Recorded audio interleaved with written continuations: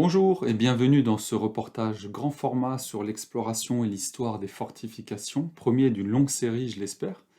Aujourd'hui, je vous emmène découvrir un dépôt de carburant abandonné en 1944 par l'armée allemande à Strasbourg. Avant le tournage de ce reportage, je pensais pas trouver des indices du passage de la Wehrmacht, même si j'avais connaissance de l'histoire du lieu. Ce dépôt est situé dans un ancien fort de l'Empire allemand, sur la ceinture fortifiée de Strasbourg.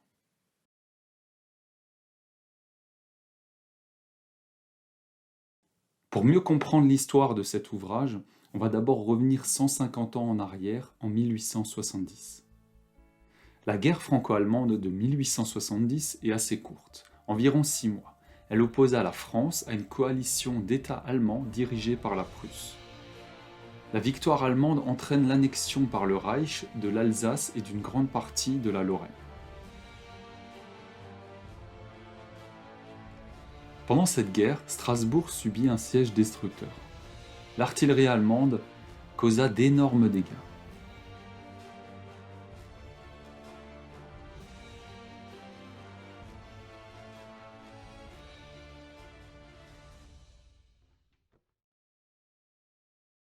Après-guerre, il était donc important pour les Allemands de fortifier ces nouvelles frontières face à la France et de mieux protéger ces grandes villes.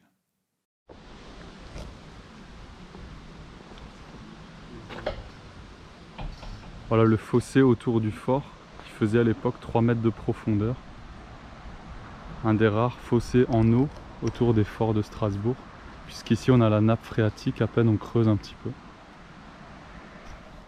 Alors voilà la vue satellite du fort et l'entrée principale. On va démarrer cette visite avec la visite du corps de garde qui se situe devant la place d'armes, à l'extérieur du fort, de l'autre côté du fossé. On voit la construction, la caractéristique des ouvrages allemands de l'époque. Autour de Strasbourg, ce sont de la pierre en grès rose.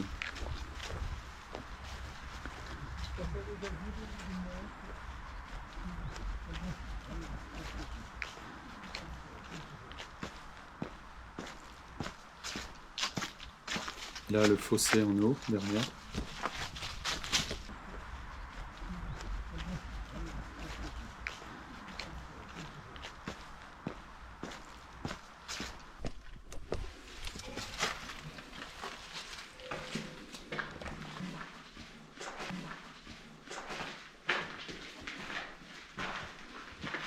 Et là, ce poste de garde qui a dû être occupé après la Deuxième Guerre mondiale par l'armée française, qui avait installé ici un coffre-fort.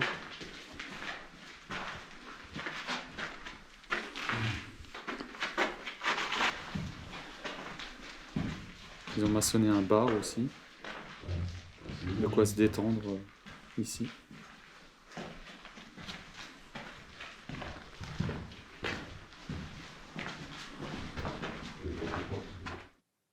Allez, on va visiter les caponnières.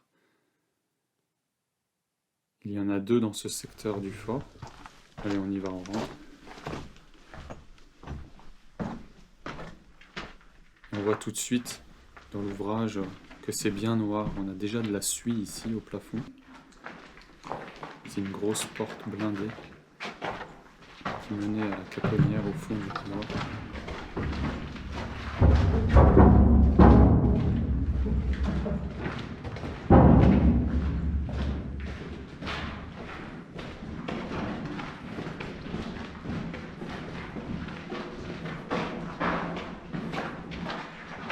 Encore une porte blindée là.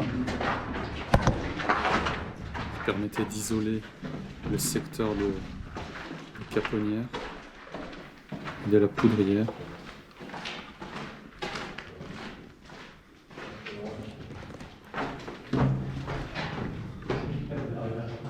Ici, les premiers emplacements pour placer des mousquets, pour protéger le côté du fort.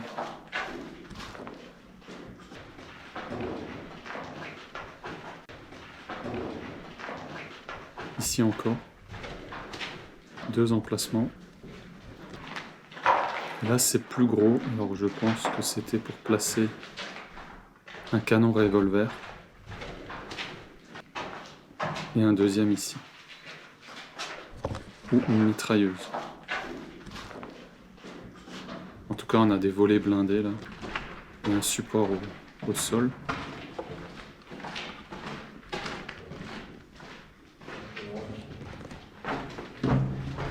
Et une aération pour les fumées des mitrailleuses ou du canon. Là, on voit que ça a été peint à chaud.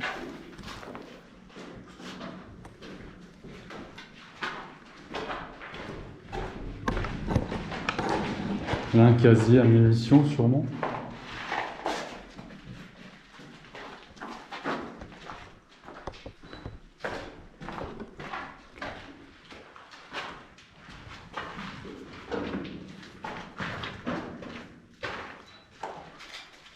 Les isolateurs au mur.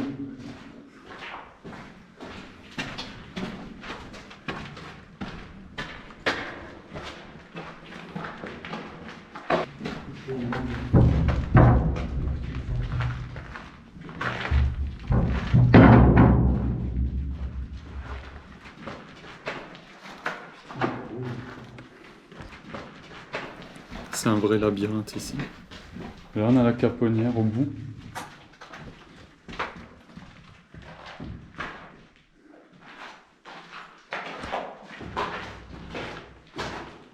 Voilà, il y a encore le volet. Vous pouvez le soulever. Ici encore, un emplacement pour un canon.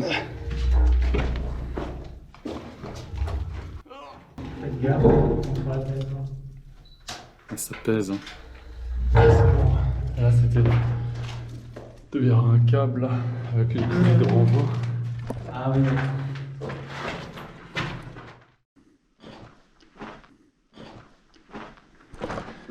Là on est dans l'axe principal en face de l'entrée, avec ce petit couloir qui passe en souterrain et qui va nous mener à la caponnière à l'extrémité du fort au niveau de la presqu'île. Je crois que ça a été électrifié là. Fallait pas être grand et se prendre les fils électriques dans la tête.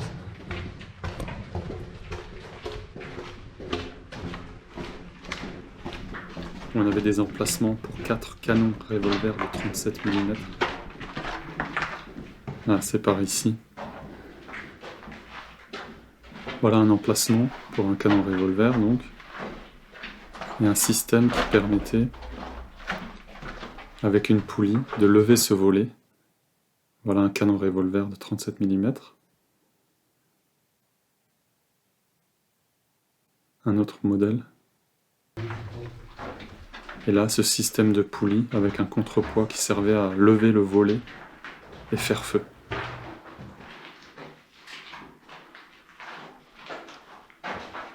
Et le quatrième ici.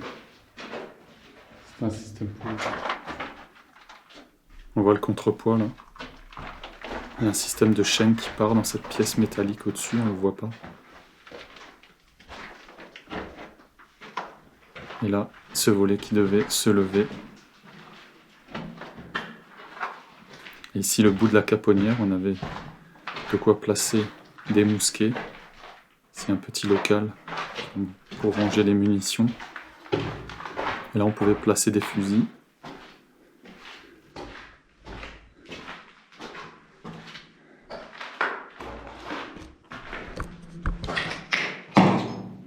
Là, l'obturateur est ouvert. On voit la végétation. Et là, on pouvait protéger l'intérieur du fort grâce à ces ouvertures.